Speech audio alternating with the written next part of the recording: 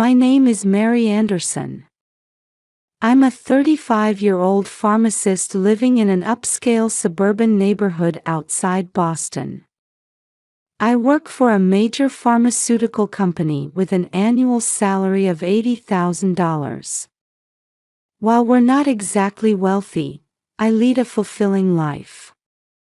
My husband James earns $400,000 annually as a senior manager at an investment bank. Though busy with work, he's a wonderful husband who always tries to make time for his family. Then there's our treasure, our son Ryan. He's 7 years old and in second grade at public school.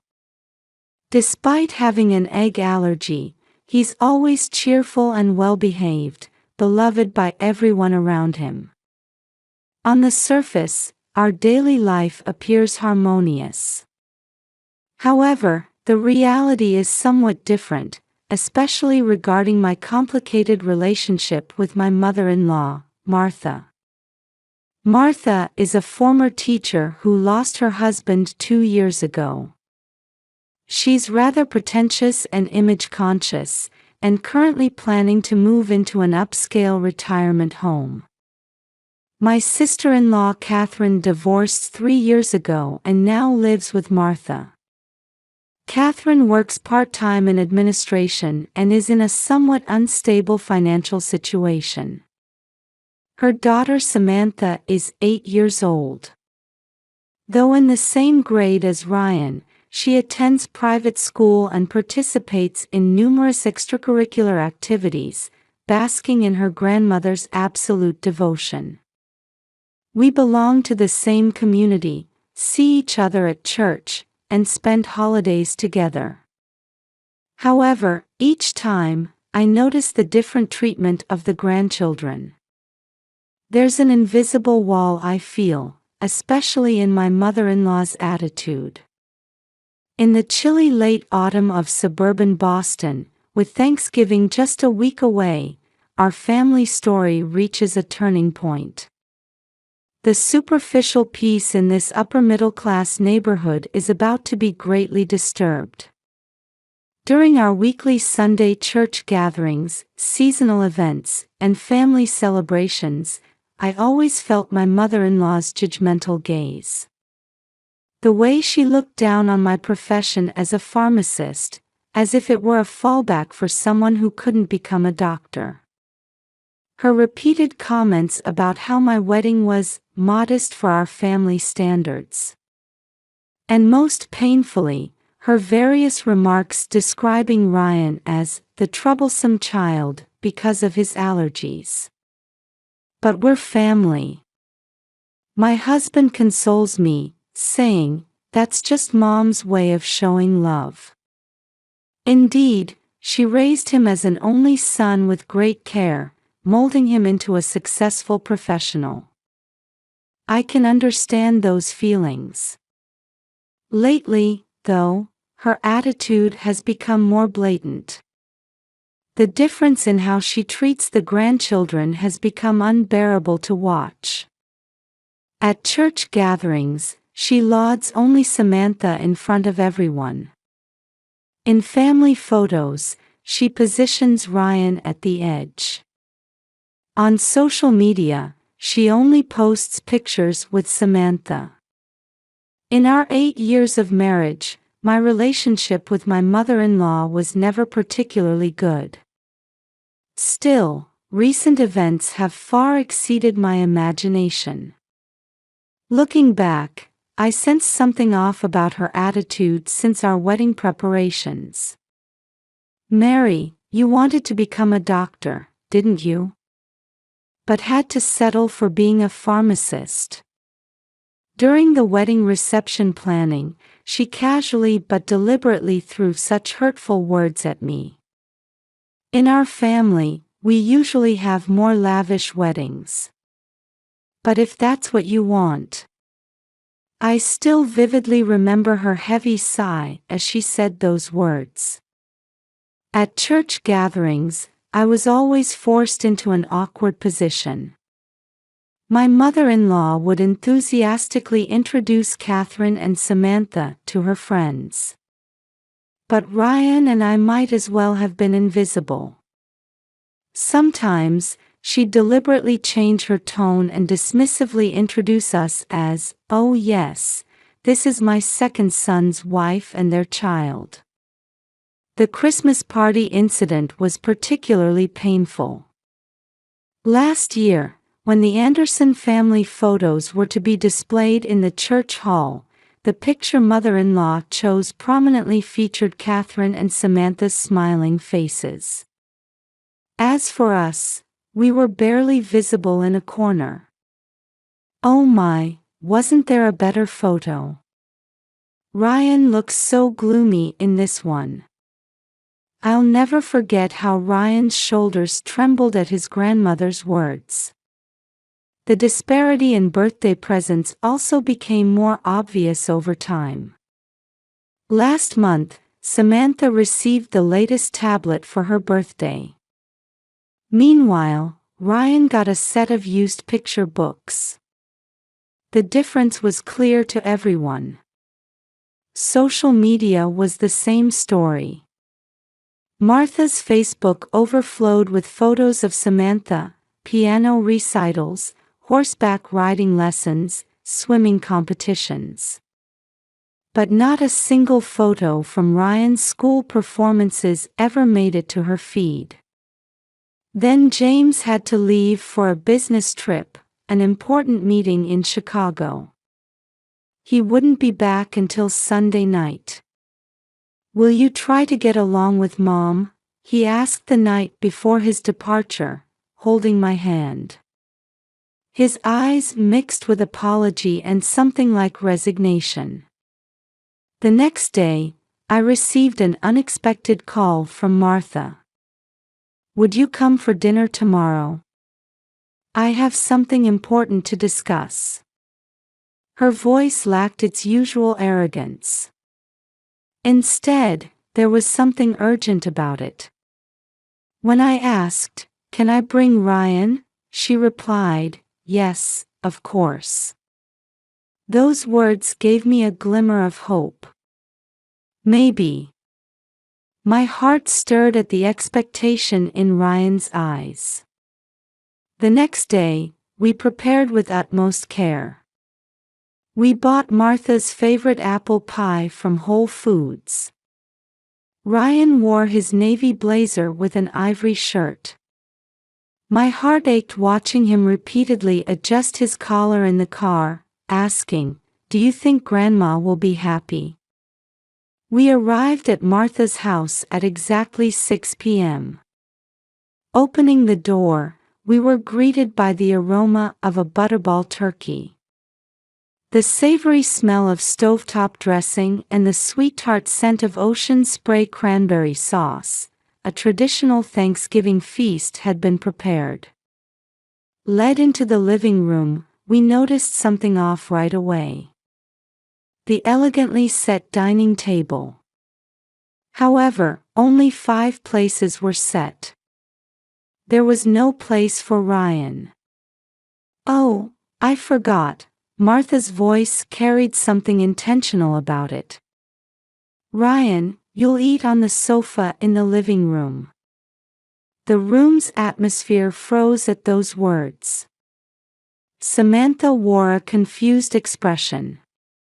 Then came the crushing statement. "Only my daughter's child is my real grandchild, so your son doesn't need a seat."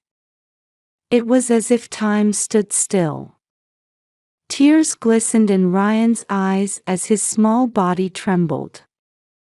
Catherine turned away while Samantha couldn't hide her shock. At that moment, something snapped inside me definitively. "Ryan, we're leaving." I stood up, taking my son's small hand. The apple pie we'd brought remained untouched on the table. Even after getting into the car, we remained silent for a while. Looking in the rearview mirror, I saw tears I couldn't hold back welling in my eyes. On the drive home, Ryan didn't say a word. I just felt his grip on my arm gradually tightening. When we got home, the clock showed 7:15 p.m. The garage door's closing sound seemed unusually loud. The silence after cutting the engine only highlighted our heartache. "Mom." Ryan's voice trembled. His small body curled up in the passenger seat looked ready to crumble. "It's okay, Ryan. Let's stay together tonight." As we entered through the front door, Ryan burst into tears. His cries tore at my heart. Is it my fault? Did I do something to make Grandma hate me?" I immediately hugged Ryan tightly as he spoke between sobs. "No, you've done nothing wrong. Absolutely nothing." Walking to the living room sofa, I struggled to maintain my composure. But with each tremor of my son's small body, my anger grew. "Ryan, wait here a moment." I headed to the kitchen and started making hot cocoa. I took marshmallows from the cupboard and poured the drink into his favorite blue mug. All the while, I could hear faint sobbing from the living room. I fetched the soft star-patterned blanket James had bought for Christmas and gently draped it over our son's shoulders. "Here's your hot cocoa. Extra marshmallows." Ryan nodded slightly, timidly reaching for the mug. His gesture made my heart clench again. "Ryan, is it okay if we tell Dad about what happened today?" After thinking for a moment, Ryan gave a small nod. "Yes, but what if Dad gets angry?" "Dad will definitely be on your side, Ryan. Because we're family." As I said those words, I took out my cell phone. James answered immediately when I called. "Mary? What's wrong? At this hour?" Worry immediately colored my husband's voice from his Chicago hotel room. "James, today, at your mother's house." I explained the events one by one, trying to stay as calm as possible. The seating arrangement, how Ryan was treated, and Martha's words. As I explained, I could hear my husband's breathing becoming heavier on the other end. "I can't believe this." His voice mixed with anger and sadness. "I'm coming home right away. I'll book a flight now." "But your important meeting tomorrow?" "Family comes first." "I'll contact my boss right away." I could hear him typing on his computer through the phone. "Mary, Mother's behavior is absolutely unacceptable. I'll definitely have a proper talk with her. But for now, please take care of Ryan." "Yes, I understand. Can I talk to Ryan?" When I handed the phone to Ryan, he took it with an anxious expression.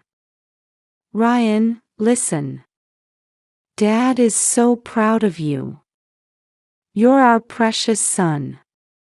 I'll definitely be home tomorrow, okay?" At his father's words, tears welled up in Ryan's eyes again. But these seemed like a different kind of tears. After the call, I took Ryan up to the second-floor bedroom.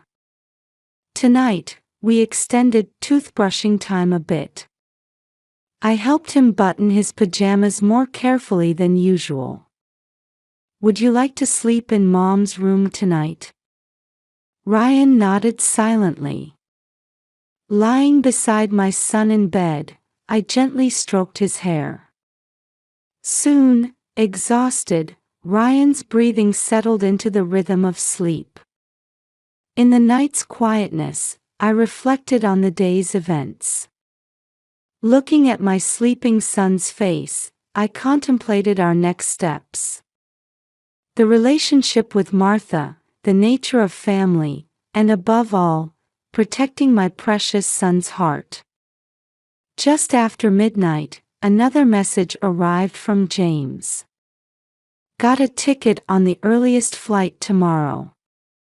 I'll be home by morning.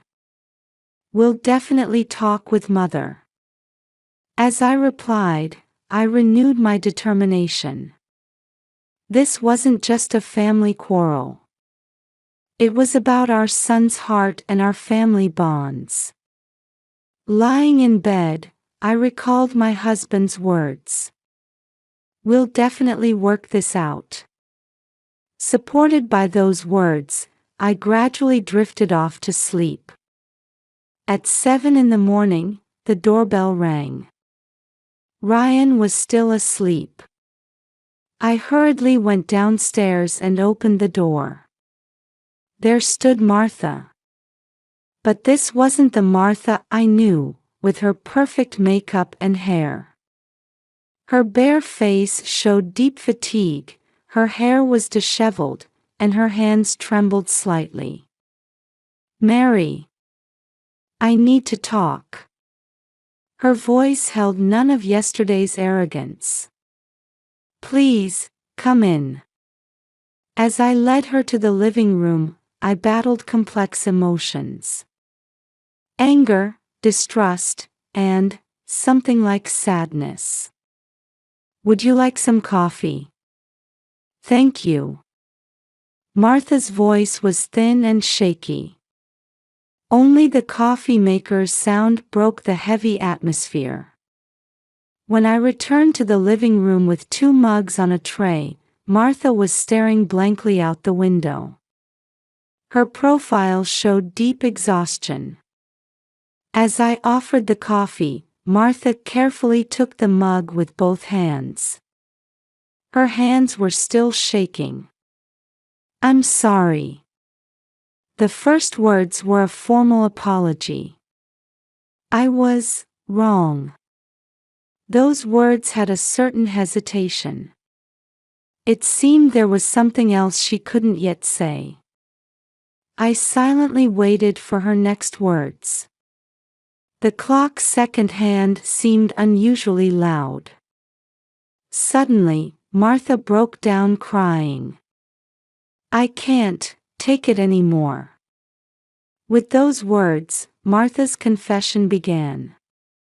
I'm about to lose everything. In a trembling voice, Martha started speaking. Since losing her husband 2 years ago, financial problems had gradually become more serious. Medical bills had depleted their savings, and credit card payments were falling behind. I can't afford the retirement home entry fee, but I couldn't tell anyone. Benchmark Senior Living, the luxury retirement home. $300,000 entry fee, $5,000 monthly. This was the retirement home Martha had dreamed of. After Catherine's divorce, I had to support them financially. Samantha's private school tuition too. I felt mixed emotions watching Martha speak through tears. But why yesterday? At my question, Martha sighed deeply. The retirement home contract deadline was approaching. I panicked. Out of pride and desperation, I acted unreasonably, especially toward Ryan. Her voice broke off there, and she began crying more intensely. What horrible things I've done to Ryan. It's unforgivable. Just then, we heard small footsteps coming down the stairs. Grandma. Ryan's voice froze the room's atmosphere. Martha slowly raised her face. Tears were still visible on her makeup-free face. Ryan. I'm so sorry for what I said yesterday. Martha rose on shaking legs and knelt before Ryan. I'm truly, truly sorry. Grandma was wrong. Ryan hesitantly approached Martha. Can you forgive me? At that moment, we heard the front door open. Mary. Ryan. It was James's voice. He must have caught an earlier flight than planned. James rushed into the living room and was speechless at the scene before him, his mother kneeling on the floor, his wife in tears, and his son with an anxious expression. Mom, what's happening? A long conversation followed. Martha's financial situation, the reasons for her past behavior, and most importantly, the family's future. James listened quietly but firmly. Why didn't you come to us sooner? I was ashamed, and I didn't want to burden you. We're family. We could have figured something out together. At those words, Martha began crying again. But these tears seemed different. Let's discuss the future as a family, I added, and James nodded. Yes. But first. Martha turned to Ryan again. Ryan, would you like to have breakfast with Grandma? I could make your favorite pancakes. After a slight hesitation, Ryan gave a small nod. 6 months have passed since then. In the living room flooded with spring sunlight, I'm looking through a photo album. A recent family photo shows Martha with a much softer expression. Many things have changed since that day. First, Martha began regular counseling.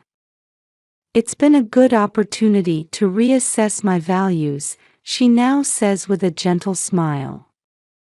She abandoned the luxury retirement home plan, choosing instead a modest but comfortable lifestyle. Financially, James and Catherine discussed and created a new life plan. They rented out part of Martha's house, securing a stable income source. Though modest, they're now living steadily. I never needed to keep up appearances, Martha said recently while having tea on the porch. Those words carried deep insight. The biggest change has been in her relationship with her grandchildren. We now have monthly family dinners. Everyone has a place at the table, and Martha shows equal love to both grandchildren. Ryan, that drawing is wonderful. Samantha, you've practiced piano so hard. Her voice praising both grandchildren shows no trace of the former discrimination. Martha has also started volunteering with local parenting support groups. Using her experience, she hosts discussions about grandparent-grandchild relationships. Her activities are highly regarded in the community. I've found new meaning in life's final chapter. She participates in church activities differently now too. Not for appearance or formality, but with genuine faith and service. Her relationship with Catherine has also changed. Free from excessive expectations and financial dependence, they've built a healthier mother-daughter relationship. Above all, our family bonds have deepened. Mary, I'm so glad to have you, Martha told me recently. Those words were genuine. Tonight, we're busy preparing for Christmas dinner. This year, Martha herself suggested a modest but heartfelt homemade dinner. Grandma, is this okay? In the kitchen, Ryan and Samantha are making cookies with Martha. Watching the three of them laugh together with flour-dusted faces brings me deep relief. The table is softly lit with places for everyone. At each seat is a handmade name card, each written with care in Martha's neat handwriting, filled with love. "This is what real family means," Martha said softly. Outside, light snow had begun to fall. Inside, the warm air was filled with the aroma of turkey and cookies. The expensive gifts and lavish meals of the past have faded away. But what we've gained instead is far more valuable. Gratitude, compassion, and above all, genuine family bonds. Listening to the laughter coming from the kitchen, I smiled quietly to myself. Our family's story is about to begin a new chapter. One that will surely be filled with a warmer, different kind of light. "Mom, look." Ryan proudly showed me his tree-shaped cookie. Though slightly misshapen, that made it all the more endearing. "It's wonderful, Ryan. Everyone can smile now, my mother-in-law, the grandchildren, my husband, and me.